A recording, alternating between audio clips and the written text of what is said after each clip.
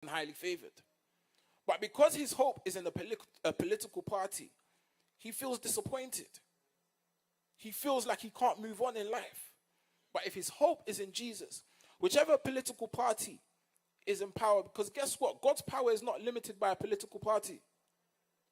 So wherever the outcome of the election, if his hope is in Jesus, then he has every reason to be hopeful. Don't put your expectations in star signs. Don't read the back of the newspaper and go to Libra. Oh, today I'll find luck. Don't put your expectations in star signs. The steps of the righteous are ordered by the Lord. Not by the space or the universe or someone sitting somewhere looking through some glass and just writing things to make money to come and tell you. Don't think that, oh, my star sign, Sagittarius, this guy, Scorpio, we are made for each other. No, don't put your expectations in that. I came across some statistics yesterday where they looked at marriages who had come together because they believed that, they were made for each other because of their star signs. And none of those marriages had worked. They all failed. So don't put your expectation in your star sign. Put your expectations in Jesus, the living word. Amen. Number 2, how do I become hopeful? Overlook your circumstances. Romans 4 verse 18, it says, even when there was no reason for hope, Abraham kept hoping. And I love that verse. Even when there was no reason for hope, Abraham kept hoping. Even when the news was saying that the interest rates are going up and up, Abraham kept hoping. Even when on the news they were saying there's famine, there's war, Abraham kept hoping.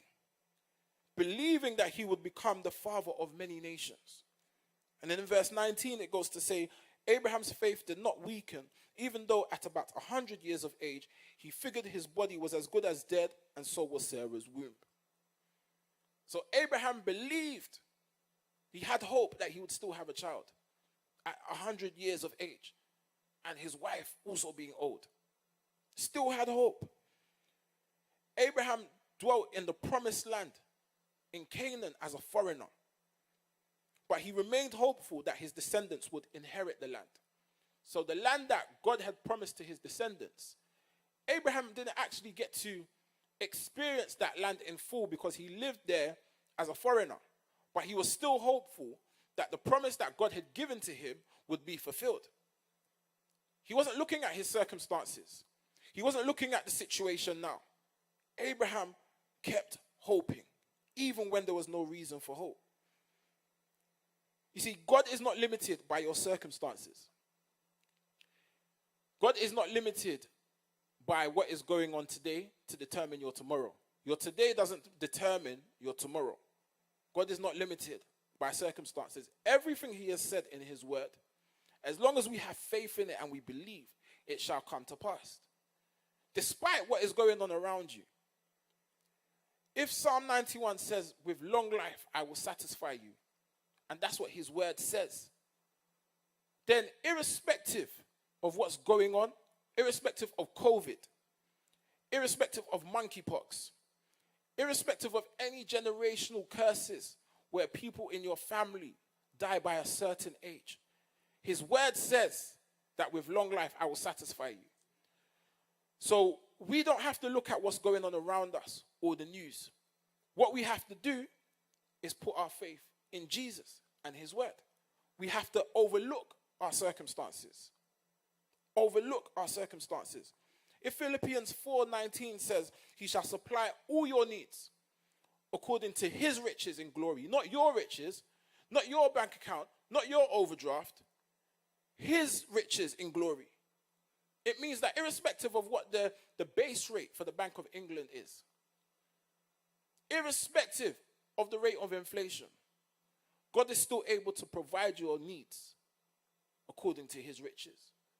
Which means despite the situation, despite the circumstances, you shall never lack. Amen.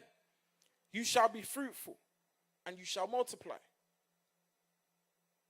And it's disappointing when I come across Christians You ask them, how are they doing? Bro, the inflation rate's going up, you know. Oh, what have you got planned tomorrow? I don't even know, bro. The inflation rate is mad.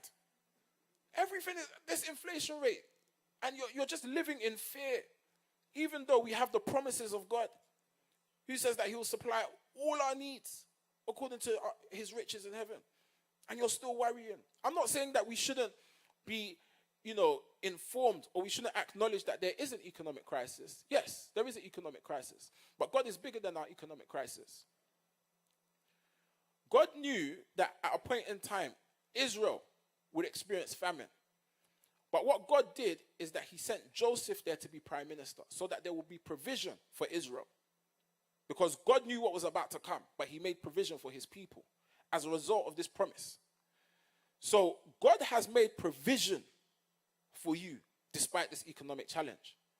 All you have to do is put your expectations in him and overlook your circumstances. Amen.